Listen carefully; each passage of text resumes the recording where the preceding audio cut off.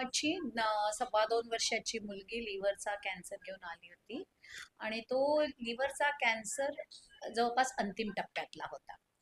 So liver ही शरीरातली सगळ्यात मोठी organ आहे. हार्टच्या खाली लिव्हर असतं आणि त्याच्यात खूप रक्तप्रवाह असतो आणि लिव्हर मधला जवळपास 70 ते 80% पोर्शन कॅन्सरने व्यापलेला होता.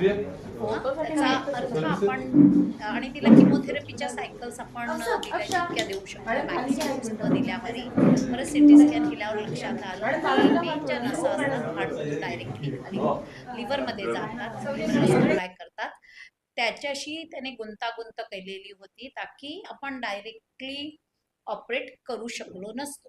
मग अशा परिस्थितीत जेव्हा आपली किमोथेरपी संपलेली असते आणि तो ट्युमर ऑपरेट करायच्या स्टेजचा झालेला नसतो, तेव्हा एकच आपल्याकडे ऑप्शन असतो, ते म्हणजे प्रत्यारोपण म्हणजे ट्रान्सप्लांटेशन. आता जेव्हा कॅन्सर आपण म्हणतो तेव्हा ते खूप टाइम सेन्सिटिव्ह आहे, म्हणजे त्या वेळेतच ऑपरेशन झालं पाहिजे, नाही तर कॅन्सर परत येऊ शकतो.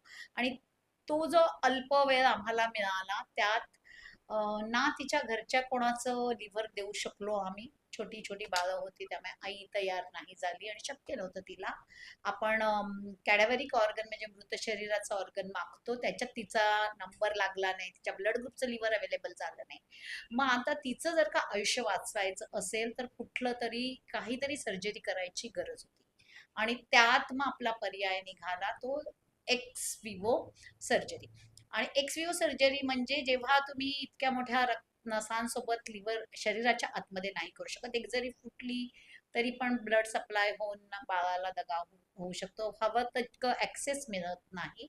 मग त्या ह्याच्यामध्ये हार्टच्या खाली ज्या मोठ्या नसा असतात त्यांच्या सकट लिव्हरला अख्खच्या अख्ख शरीराच्या बाहेर काढल्या गेलं.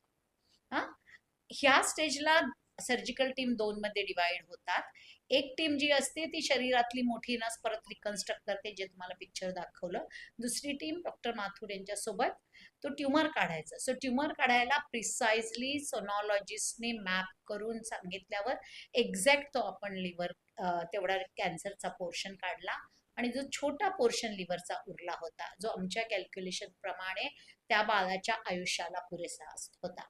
प्रत्येक ट्रान्सप्लांटेशनचं एक प्रिन्सिपल असतं, आपलं एक कॅल्क्युलेशन असतं की साधारण 10 किलोचं बाळ असेल तर आपल्याला 100 ग्राम पर्यंत लिव्हर पुरतं, तसं तिचं ते सफिशियंट लिव्हर होतं. फक्त ते खूप सर्जरी ती गुंतागुंतीची होते. तो पोर्शन सेपरेट केल्यावर आपण तो शरीरामध्ये परत लावला म्हणजे ऑटो ट्रान्सप्लांटेशन, त्याच बाळाचं लिव्हर परत टाकला.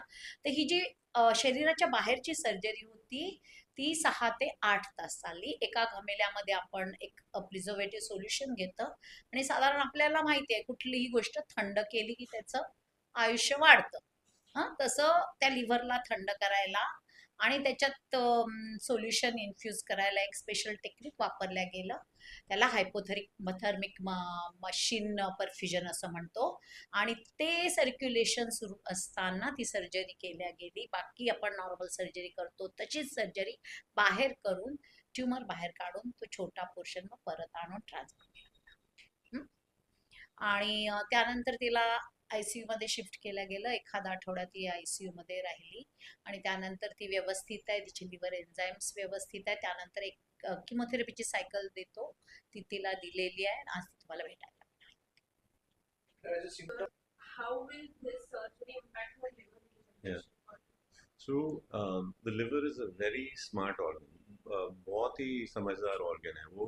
बॉडी का एक ही ऑर्गन है जो अपने आप बढ़ सकता है जितना बॉडी चाहती है. तो जो अंग हमने लिवर का रखा है पहले तो अभी के लिए वो काफ़ी है, और जैसे बच्ची बड़ी होने वाली है वो उसका लिवर उसके हिसाब से बड़ा होने वाला है.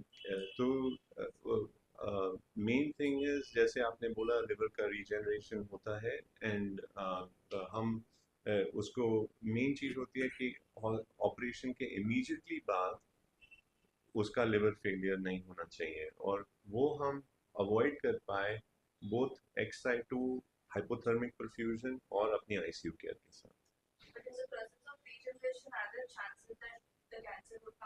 Yeah, so this is a very high risk cancer. So the जैसे मैंने पहले बताया था स्टेज में हेपेटोब्लास्टोमा का स्टेज प्रीटेक्स्ट 1 से 4 तक जाता है, और 4 सबसे भयानक होता है। तो ये 4 पे था, प्रीटेक्स 4। तो और इनकी नसों में कैंसर था बच्चे की, जो लिवर के अंदर थी। तो इसका कैंसर का